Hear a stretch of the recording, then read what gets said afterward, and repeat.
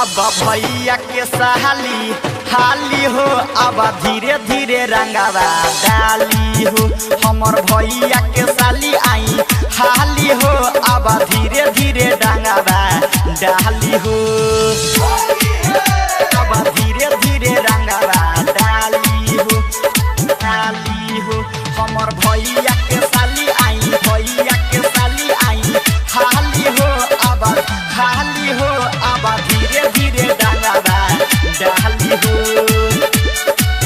Presented by Mahakal music. लाला का प्यारा का से गोलिया रंगाइला, मानवा के सहारा धा साली हो पूरा आई द साली हो पूरा आई हो।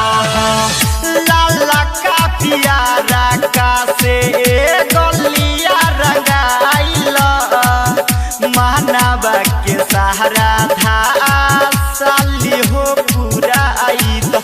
तू हटावा न तू ढोरी पर से जाली हो, जाली हो। अब भैया के सहाली हाली हो, अब धीरे धीरे रंगावा डाली हो।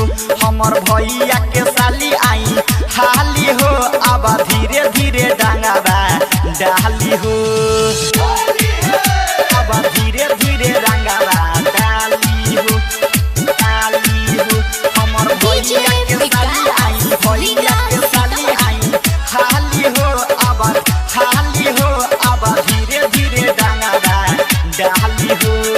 Presented by Mahakal music.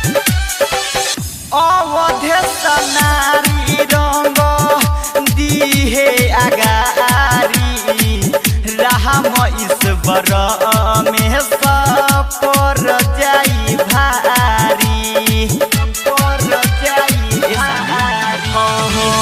Awadhesh नारी रंग दिहे अगारी, हमरी सरजनीस पर जाई भारी। सुर सूर्या के हऊ तू प्यारी हो, प्यारी हो। अब भैया के सहाली हाली हो, अब ढोरी में रंग डलवाली हो। हमर भैया के साली आई हाली हो, अब चोलिया में रंग डलवाली हो। काहे देखिए के तू मुस्काली हो, हमर भौजी के बहिनी डेराली हो, डेराली हो, डेराली हो। काहे देखिए के तू मुस्काली हो, हमर भौजी के बहिनी डेराली हो। हमर छोटे छोटे हवे पीछा कहारी हो। आई भैया के सहाली हाली हो, अब धीरे धीरे रंग डलवाली हो। हमर भैया के साली आई हाली हो, अब चोलिया में रंग डलवाली हो। महाकाल रिकॉर्डिंग स्टूडियो, नरगा बाजार, सीतामढ़ी, बिहार।